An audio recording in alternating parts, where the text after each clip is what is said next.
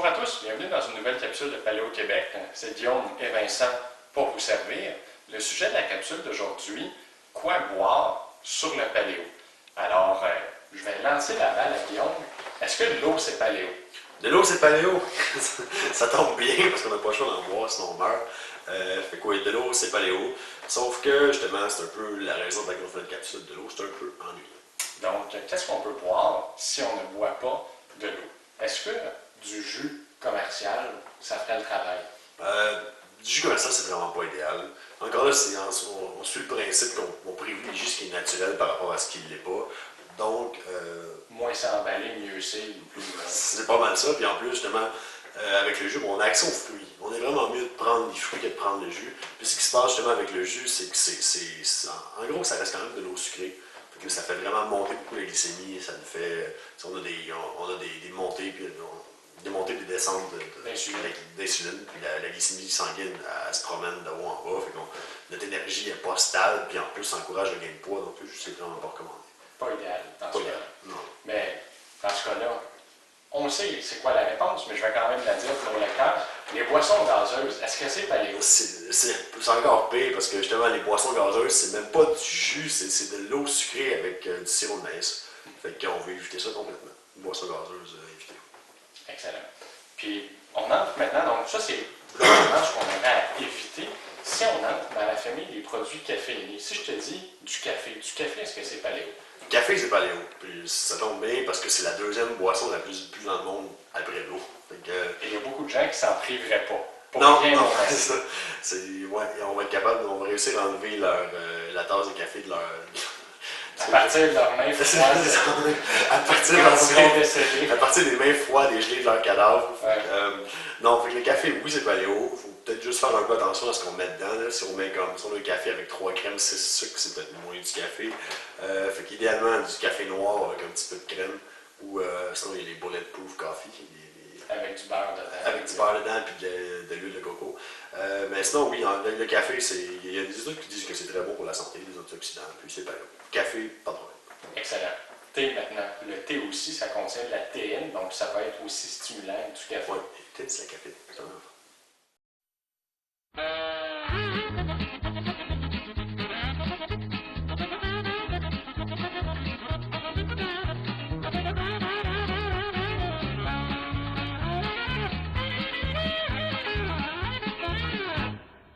Oui, le thé, bon, c'est ça. Le thé, c'est caféiné aussi, mais il y a un petit peu moins de caféine que dans le café en général.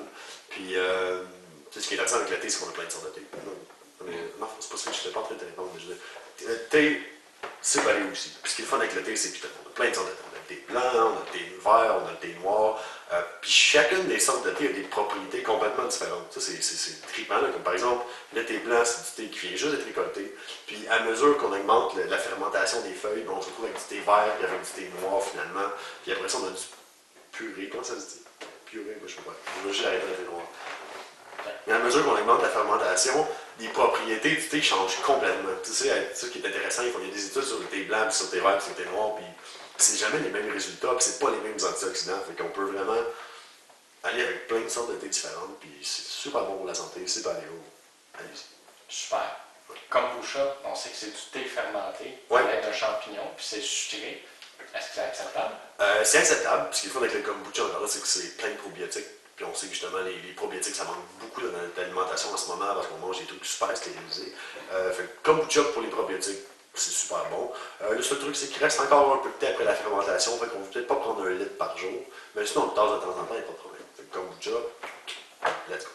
Fait que ça, c'est les produits qui sont globalement plus caféinés. Mais il existe des tisanes, puis une sorte de thé qui n'est pas caféiné. Ouais, comme justement, on voit tous nos amis qui sont cool, qui prennent du thé, mais que nous, si on prend la caféine, on sait comme c'est le cas pour moi. Moi, je sais que si je prends la caféine après 6 heures le soir, je dors pas. Je dors juste pas. Fait que souvent, ce que je fais, c'est que je prends une tisane, je prends du thé rooibos, ou des trucs équivalents comme ça. Ça goûte bon, c'est chaud, puis on peut faire comme le monde cool. Oui, parce que tout le monde sait qu'avoir du thé, c'est aussi cool que fumer. Oui. Si les autres le font, ça doit être bon. Oui, effectivement. Sinon, du bouillon de poulet. Oui, ben justement, ça, c'est comme mon plan secret pour les enfants plus tard. Parce qu'il y a beaucoup de gens, comme surtout l'hiver ici au Québec, ce qui est le fun quand on vient dehors, c'est de boire quelque chose de chaud. Puis malheureusement, on a souvent les enfants avec du chocolat chaud. Mais le chocolat chaud, Sucré. c'est super sucré, c'est plein de sucre. Je veux dire, regardez les formules commerciales, là, le premier ingrédient, c'est du sucre. Fait que c'est vraiment pas idéal.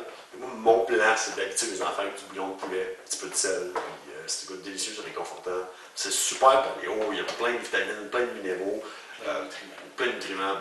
Let's go, bouillon de poulet autant qu'on peut. Super. Puis on a commencé en disant que l'eau c'était plate, mais l'eau pétillante, Ouais. t'en penses quoi? L'eau pétillante, c'est juste de l'eau avec du gaz carboné.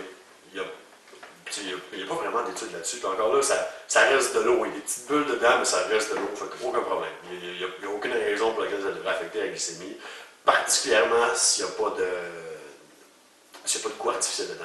Si du goût artificiel, encore là, c'est pas trop clair, mais c'est nettement moins pire que des alternatives pétillantes comme des boissons gazeuses, même des boissons gazeuses. De l'eau pétillante, si c'est ça que ça vous prend pour vous faire boire de l'eau, ben, prenez-en. Il n'y a pas de problème. Puis il y a beaucoup de sportifs qui nous écoutent, donc ils doivent se poser la question en nous écoutant, est-ce que des boissons sportives comme du Gatorade, du Powerade, est-ce que c'est paléo, est-ce que c'est viable? Idéalement, non. T'sais, parce que justement, encore là, ça reste de l'eau sucrée, puis encore là, c'est du sirop de maïs, donc c'est vraiment pas idéal. Est-ce qu'il y a des contextes spécifiques dans lesquels ça pourrait servir? Oui, ben c'est ça, c'est justement, donc, les contextes que j'en prendrais, c'est vraiment pendant les compétitions seulement, puis seulement les compétitions d'endurance. Donc, par exemple, ceux qui jouent au football, qui sont sur le terrain comme quelques minutes, qui reviennent sur le banc, qui retournent sur le terrain, qui ont vraiment ils ont des efforts qui sont courts et intenses, ils n'ont pas besoin de Gatorade. Même chose, tous les trucs qui sont vraiment intenses, là, Gatorade, ça vaut pas la peine. C'est plus, mettons, si je fais une compétition de vélo de montagne, par exemple, ou je suis parti, je pars 4-5 heures en vélo de montagne, ou je fais un marathon, là, ça va être correct. Parce que justement, ça aide quand même la performance de prendre du glucose pendant qu'on fait du sport. C'est juste qu'en général, on veut essayer de limiter ça parce que ça reste artificiel, c'est pas idéal pour la santé, mais pendant l'épreuve elle-même, ça peut aller. Il faut juste voir si on tolère bien ça aussi, parce que quand moins on prend de sucre, moins on est habitué à en prendre. Fait que ça se peut pendant notre course que si on n'est pas habitué à prendre du Gatorade, on a un petit effet gastro-intestinal qui n'est pas désiré. Fait que ça vaut la peine des fois de tester quelquefois avant de voir comment on tolère le Gatorade. Mais sinon, ouais, pendant la journée d'épreuve, ça pourrait être. Excellent. Ben, j'espère que ça peut répondre à vos questions, vos interrogations sur qu'est-ce qu'on peut boire dans le monde paléo. Je sais qu'il y a un gros morceau qu'on n'a pas abordé qui représente l'alcool, ce lubrifiant social qu'on connaît et qu'on aime tous, mais ça va être le sujet d'une prochaine capsule. Alors, merci de votre écoute. C'était Guillaume Vincent pour Paléo Québec. On se voit dans une prochaine capsule.